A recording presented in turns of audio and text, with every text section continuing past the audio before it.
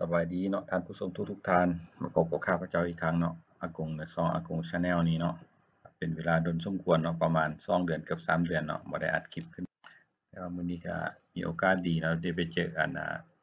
เว็บเทรดหรือว่าเว็บแลกเปลี่ยนคริปโตเคอเรนซีตัวหนึ่งเนาะตัวใหม่ถึงเป็นของลาวเฮาซะเป็นของคนลาวว่าซั่นคือตัวนี้มันก็คล้ายๆกับเว็บบิตสบายแหละเนาะแต่ว่าตัวนี้มันออกมาใหม่เนาะ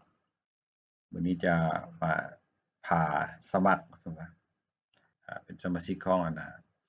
เว็บ A4 Bitcoin นี่เนาะหรือว่า AC Bitcoin นี่เพื่อจะแลกเปลี่ยนเป็นทางเลือกอีกทางหนึ่งเนาะนอกจากบิตสบายของลาวเขาเนาะตัวนี้ก็พ่วงกับบัญชีธนาคารการค้าต่างประเทศลาวเนาะขั้นตอนการสมัครแล้วก็มีแต่ว่าข้าพเจ้าจะแปะลิงก์ไว้กองวิดีโอนี้เนาะท่านสามารถคลิกแล้วก็เข้ามาสมัครได้เลยเนาะก็จะให้ใส่ชื่อใส่หยังตามนี้แหละเนาะสมมุติตัวอย่างข้าพเจ้าใส่ชื่อ แล้วก็พาสเวิร์ดเนี่ยพาสเวิร์ดนี่ต้องให้ใส่อันนั้นเด้อมี8ตัวขึ้นไปเนาะแล้วก็มีตัวเลขตัวหนังสือมันอย่าให้มันปนกันไปเนาะ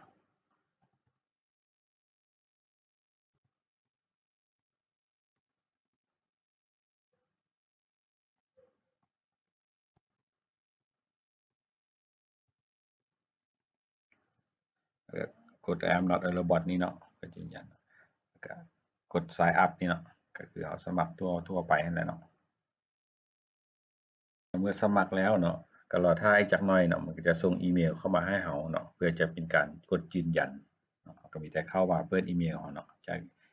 จะส่งอีเมลเข้ามาแล้วก็กดยืนยันนี่เนาะยืนยันคลิกกัน to verify your account นี่เนาะไปก็แม่นว่าไปยืนยันตัวตนเนาะ